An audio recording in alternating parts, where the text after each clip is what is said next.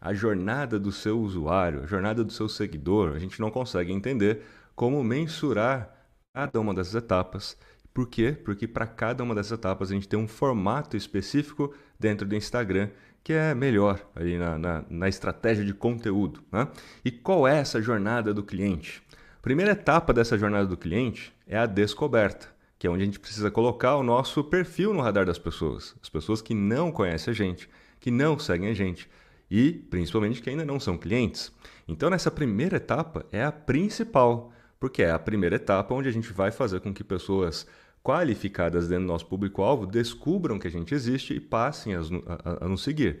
Então, se você errar nessa primeira etapa, todas as etapas posteriores também vão dar errado, porque você vai ter um monte de gente desqualificada que te segue, que não vai se identificar com seus posts e muito menos com aquilo que você tem para vender. Então a taxa de conversão vai ser ruim, o engajamento vai ser ruim, consequentemente o alcance orgânico vai ser ruim. Então essa primeira etapa é a mais importante. Então, descoberta. Só que aqui, como hoje a gente está com foco em métricas, em análise de dados para otimização, o que a gente tem que olhar na primeira etapa para entender se a gente está alcançando as pessoas certas ou não? Primeira coisa que a gente tem que fazer é entender qual é o tamanho do nosso público-alvo potencial dentro do Instagram. Você sabe? Aí fica a pergunta, né? Você sabe qual é o tamanho do seu público-alvo potencial? O que significa isso? Bom, você quer atingir ali um perfil de pessoa, certo? Que tem a ver com aquilo que você tem para vender. E mesmo que você seja uma ONG, aquilo que é o seu propósito, o seu projeto, então você quer converter em doadores, mesmo que você seja um político, você quer converter cidadão em eleitores, ou para dentro da sua base eleitoral, que compactuem com seus projetos, enfim. Então você tem ali um eleitor característico, que você entende que é o típico eleitor da sua base, você tem um doador, que é o típico doador, ou que tem ali as características das pessoas que doam já, ou clientes, tá? Então, a lógica serve para todos. Se você é um creator, se você é um influenciador, mesma coisa. Você tem que ter uma especialidade. Ah, eu sou influenciador de maquiagem, eu sou influenciador de moda, de gastronomia. Qual é a característica das pessoas no qual você quer ter como seguidor ou seguidora? E elas podem ser baseadas numa persona fictícia, ou seja, num personagem fictício que você vai elaborar, mas essencialmente tem que ser inspirado naquilo que é real. Ou seja, se você já vende alguma coisa, ou se você já converte, ou se você faz public post e você tem patrocinadores, quem são esses patrocinadores? E qual é o público-alvo desses patrocinadores? E, portanto, se você tiver um público-alvo parecido, fica melhor para que você possa, então, ter mais resultados ou dar mais resultados para quem é o seu parceiro. E é essa característica, esse perfil do público-alvo que você tem que ter em mente. Então, você vai lá dentro do sistema de mídia, da Meta e tudo mais, e você vai ter que achar qual é o tamanho desse público-alvo potencial, tá? Então, tem que achar essa turma lá. Por quê? Porque você vai ter um número. Você vai achar um número. Ó, tem tantas pessoas que têm essas características dentro do Instagram. Quando você fizer um post, um Reels, por exemplo, e esse Reels alcançar 30 mil pessoas, você vai saber se isso é pouco ou se isso é muito. Se isso está dentro se isso representa, sei lá, 30%, 10% do público-alvo potencial ou 80%. Obviamente que quanto mais perto de 100%, melhor, certo? Então essa é a lógica. Segundo ponto aqui é a consideração. Então, a partir do momento que as pessoas descobriram a gente, elas vão para a segunda etapa da jornada, que é fazer com que as pessoas realmente te sigam. Só que elas têm que enxergar uma razão para te seguir. Então, elas vão entrar no seu perfil, vão olhar os 9 últimos posts. Será que elas vão encontrar uma razão para te seguir? A sua bio tem que estar muito claro o que é que elas vão receber ao te seguir. E não pode ser só propaganda, né, turma? Então, assim, 45% dos usuários deixariam de seguir o seu perfil por excesso de autopromoção. Então não dá para achar que o Instagram é sua vitrine. Tem que entender que o Instagram é uma rede social. E, portanto, se é social, é sobre diálogo, conversa, relacionamento. Você tem que criar conteúdo de valor que faz com que as pessoas queiram entrar numa conversa dentro do seu contexto. Ou você entra numa conversa, ou você cria uma conversa. Então, na bio tem que estar muito claro. Ah, eu ensino você a marketing digital. Então, se você me seguir aqui, você vai aprender marketing digital baseado em dados. Tá? Eu te ajudo a tomar melhores decisões baseadas em dados. Então, se você me seguir, você vai ter isso. Então, está muito claro o que você recebe ao me seguir. Então, cada um dos seus negócios precisam, né? Cada um precisa ter em mente qual é o propósito, qual é a razão pelo qual você cria conteúdo. Obviamente que você tem o objetivo de vender, mas inicialmente não é sobre você. é sobre as pessoas, é sobre a transformação que você faz na vida das pessoas, é o que você vai fazer para ajudá-las através do seu conteúdo. Isso tem que estar escrito na bio, isso tem que estar representado nos últimos 9 posts. Porque se só tiver propaganda, propaganda, propaganda, as pessoas até podem consumir, visitar o seu perfil, mas elas não te seguem. Ou seja, realmente só usou como vitrine. Tá? Então, quando as pessoas entram na segunda etapa, é ali o momento da gente entender, principalmente, se os nossos conteúdos da segunda etapa, porque aí vocês vão entender que cada etapa tem um tipo de conteúdo, um tipo de formato no Instagram, que os conteúdos da segunda etapa, eles precisam ter impressões, eles precisam ter um maior número de impressões. Para quê? Para fazer frequência, para que a gente possa impactar mais vezes as mesmas pessoas, para que elas lembrem da gente. Sabe aquela frase, quem não é visto não é lembrado? Não é? É exatamente isso. Então, se você aparecer mais vezes para quem já te segue e ainda não é cliente, é o momento onde você consegue aumentar a lembrança de marca e intenção de compra. É claro que você vai olhar também se está crescendo ou não está crescendo, de forma qualificada, você vai ter que olhar o perfil de quem está te seguindo, a idade, localização e tudo mais, tá? E aí a gente vem para a terceira etapa. Terceira etapa, gente, é a conversão autoexplicável. É que a maioria das pessoas ou dos perfis dos negócios entram no Instagram já tentando, como se não tivesse jornada, só existisse a etapa de compra e conversão. E esse é um problema. Mas na etapa de compra e conversão, partindo da premissa que vocês estão fazendo as duas anteriores, aí sim é o momento de começar a falar mais sobre si, falar mais sobre o produto de formas criativas, inteligentes. Sempre entregando valor antes de extrair valor. O que significa isso? Primeiro você fala e dá um tutorial, ensina alguma coisa que tem o seu produto no contexto para depois fazer o call to action. Então você entregou valor antes de extrair valor. É um conteúdo mais útil do que só interessante. Tá? E aí você vai olhar para os seus posts desta etapa, quais são os posts que geraram mais cliques no link do perfil, né? No link da bio. Quantos geraram mais sessões no perfil? Esses são os melhores posts de conversão. A gente vai ver daqui a pouquinho, porque você, ao analisar os posts, para otimizar os seus posts, você tem que saber ler o post da etapa correta. Então, assim, se eu estou querendo melhorar os posts de conversão, eu vou ter que olhar não pelo alcance do post, e sim quais foram os posts que trouxeram mais visitas ao meu perfil e que tiveram maior clique, né? Número de cliques no link da bio. O Instagram dá esse número. Né? E a gente fica só olhando engajamento e alcance, sendo que para cada etapa da jornada tem uma métrica mais adequada para a gente avaliar se está fazendo sentido ou não. Tá? E aí vem a experiência própria, que é a quarta etapa. E a quarta etapa, gente, é o momento da gente entender se a experiência das pessoas foram positivas ou negativas, principalmente aquelas que não eram clientes e passaram a ser clientes em primeira instância. Né? Então a gente tem que olhar principalmente para comentários. A gente tem que olhar se os comentários foram neutros, positivos ou negativos, para otimizar não só os posts, mas otimizar os nossos negócios. Se você é um creator, influenciador, e você entende que o seu conteúdo é o seu serviço ou o seu produto, então o comentário sobre o seu conteúdo também é importante. Né? Pô, as pessoas estão gostando ou não estão gostando do seu conteúdo? Então você também tem que mensurar isso para entender essa saudabilidade. Essa saudabilidade aqui que é importante, tá? Mas o fato é, interações aqui, no dia de hoje, é o que a gente vai olhar mais para ver se isso está correspondendo à expectativa das pessoas. E por fim aqui, a gente tem a experiência compartilhada, que é quando a experiência foi super positiva e aí não é sobre você de novo, né? Então, é sobre as pessoas, mas você tem que inspirar as pessoas que já são clientes a compartilharem aquilo que vivenciaram com o seu produto, com a sua marca ou com o seu conteúdo. Ou seja, quando você tem a capacidade de fazer as pessoas levarem adiante a sua mensagem. E aí é o tal do GC. Então você vai ter que avaliar também se essas pessoas estão fazendo o conteúdo, se a cada mês você tem mais marcações no seu perfil através de stories. Tem que crescer. Essa história tem que crescer. Se não estiver crescendo, você não está sendo eficaz em transformar clientes em promotores. Mas para isso, toda a experiência tem que ser positiva. O seu produto, seu serviço tem que ser bom. É premissa. Né?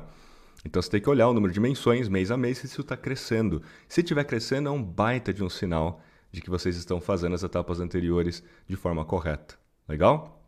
Então, como hoje o foco é otimização de posts, eu fiz essa introdução para a gente entender quais são as etapas da jornada, porque para cada etapa da jornada a gente tem um formato e a gente tem um indicador principal para cada etapa. Então, na primeira etapa é alcance, na segunda vai ser o número de impressões, para compor a frequência. No terceiro vai ser visitas ao perfil e cliques. Depois a gente vai entender a saudabilidade ali dos comentários, quantas interações a gente teve, positivas, neutras versus negativas, né? E depois se a gente teve mais menções ao longo do tempo, tá? Tá fazendo sentido até aqui? E aí, gente, na etapa 1 é onde a gente vai olhar para Reels, porque na etapa 1 a gente está falando de um formato pensado para alcançar pessoas que não te seguem. Obviamente, primeiro o Instagram entrega os seus conteúdos para quem te segue, para uma amostra estatística de quem te segue, e se essa amostra der sinais positivos de que seu post é interessante, é relevante, ele passa a entregar para uma camada de não seguidores. Mas isso só acontece com Reels. Não acontece com imagem, não acontece com carrossel, não acontece com stories. Só acontece com Reels. E só acontece com Reels de até 90 segundos. Acima de 90 segundos ele também não é recomendado pela inteligência artificial do Instagram. Legal? Então, Reels está posicionado para a etapa de descoberta por causa disso. Depois, na etapa de consideração, aí vem o imagem, o carrossel, porque o algoritmo foi pensado para entregar esse conteúdo só para quem te segue. Ah, mas Kiz, eu consigo fazer com que o meu post estático alcance não seguidores. Eu também consigo. Excelente, excepcional. Por quê? Porque você, alheio à vontade do sistema de recomendação do Instagram, você fez algo muito útil, muito legal que as pessoas quiseram compartilhar, marcar outras pessoas no comentário. E é isso que faz você chegar a não seguidores com os posts de consideração, que pode trazer pessoas novas. E deve, né? É muito bom. Mas não é o sistema de recomendação por si que foi lá e pegou seu post e mostrou no feed para outras pessoas. Não, foram pessoas que compartilharam com outras pessoas e, portanto, você tem então duas formas, né, de alcançar não seguidores até agora. Então, uma pelo sistema de recomendação, que só vai funcionar com Reels, e outra pelo compartilhamento das pessoas. Tem como parar no explorar também. Só que o explorar é um jogo de altíssimo nível, né? Por quê? Porque para parar no explorar, você tem que criar um conteúdo cujo engajamento desse conteúdo é acima da média de todos os posts que os seus seguidores seguem. Então imagina que você tem ali, sei lá, 10 mil seguidores. Esses 10 mil seguidores seguem, por sua vez, 200 perfis, né? Então imagina só a quantidade de posts que você tem nesse bolsão, né? Onde você vai estar competindo. Então, se você estiver levemente acima da média, ele sempre vai olhar os 500 posts dentro do bolsão, ele vai sempre olhar os 500 posts que estão acima da média dos outros para colocar no explorar. E por isso que você vai parar no explorar e não fica muito tempo. Né? Se você já percebeu, né, quando você entra no insights do seu post e vê quantas impressões vieram no explorar, você vai perceber que às vezes é pouco. E por quê? Porque você ficou ali por 5 minutos até alguém tomar a sua posição. Né? Então essa é a terceira forma. Depois a gente vem para Stories. Stories é muito bom, gente, da etapa de consideração para a etapa de conversão. Ele é muito bom para fazer essa transição. Por quê? Porque o algoritmo do Stories foi pensado para entregar o seu conteúdo para quem te segue e é mais engajado no perfil, tem maior afinidade com o seu perfil nos últimos 7 dias. Então ele já é um filtro natural daquilo que acontece no feed. Por isso que o alcance dos Stories invariavelmente é menor do que o alcance do feed. Tá? E por isso que você pode colocar um link externo, que você pode elevar um pouco o discurso comercial, no caso dos Stories, porque ele realmente pega uma galera que já é mais quente. Então aqui na descoberta você está falando de um público frio, na consideração, a partir do momento que te segue, se torna um público quente, aí o Stories vai pegar esse público quente para trazer essa pessoa para a etapa de conversão, para transformar ela num lead frio, e na etapa de conversão, você vai conversar com um lead frio. Qual é o formato da conversão? Live. Live shopping, por exemplo. Né? Ou live se você é um creator, um expert. Porque é onde você vai realmente ter um nível de profundidade, ao tal do fundo do funil, onde você vai ter que convidar as pessoas que estão no Stories para assistir a live, não as pessoas que nem sabem que você existe para uma live. Se você fizer isso, por isso que você tem muita quebra de audiência em lives. Porque vem muita gente que nem te conhece, não te considera, vai ficar entrando e saindo e pouco importa. Agora, se você convida as pessoas que estão na etapa de consideração, a sua live tem maior retenção. E aí você pode fazer um discurso comercial, fazer um lançamento, fazer um live shopping, tudo, e a taxa de conversão aumenta. Então a live é o formato da terceira etapa aqui, e é onde a gente transforma então aquele lead frio num lead quente, que pode ir para uma landing page sua, se cadastrar e tudo para assistir essa live, né? Então se transformou de repente num lead quente. Ou pode ter testado alguma coisa do que você tem para vender, enfim, aí você tem várias formas de entender o que é o lead quente para você. E a gente vai para a experiência própria. Aí você volta para conteúdos exclusivos para clientes. Dá para você fazer com que os seus melhores clientes se tornem melhores amigos no seu Instagram. Sabe, os melhores amigos, close friends? Aí você começa a criar stories exclusivos, feed exclusivo e até mesmo uma live exclusiva. Mas essencialmente você vai fazer um post também no feed e vai impulsionar para quem é cliente. Para quê? Para que você aumente o número de interações de quem é cliente em um post seu sobre produto, ou sobre bastidores, ou sobre cultura, ou sobre valores do negócio, para que você veja os comentários, mas acima de tudo para que você mostre para as pessoas a razão delas em continuar sendo clientes, para elas terem orgulho de pertencimento, de consumir aquela marca, ou de fazer parte daquela tribo, daquela comunidade. Então, quando a gente fala de bastidores, cultura, valores, aquilo que eu penso, né, aquilo que eu sinto, quando eu falo de formação de comunidade, ela está muito mais posicionada na quarta etapa. Então, o formato está aqui e pensem nessa coisa mais exclusiva, né? E por fim, o GC, etc., vai vir em Stories, vai vir em formato de Reels. Muito bem. E aí, gente, a gente tem aqui o nosso engajamento. E a história do engajamento é o seguinte, né? Porque o engajamento, como eu mostrei aqui, ele não apareceu basicamente em nenhuma das etapas. A gente falou de várias métricas, mas a gente não falou de engajamento. Mas engajamento é importante, sim. Mas veja que ele é importante porque ele está presente em todo o espectro, né? Em toda a jornada. Só que existe uma expectativa correta pelo engajamento. Então, quando você for otimizar o seu post, quando você for analisar as suas editorias, os seus posts, tem que analisar por etapa e comparar banana com banana. Então, imagina só que você quer saber qual é o melhor post da etapa de descoberta. Você tem que comparar a taxa de engajamento do post da descoberta com o post de descoberta. E não comparar post de descoberta com post de conversão olhando taxa de engajamento. Faz sentido? E por isso que no começo da jornada a gente espera ter maior engajamento. Por quê? Porque no começo da jornada você está criando um conteúdo que é para as pessoas, que é para ajudar as pessoas, ele é mais útil, é um Reels, você espera maior engajamento. Já na etapa de compra e conversão, é normal ter menor engajamento.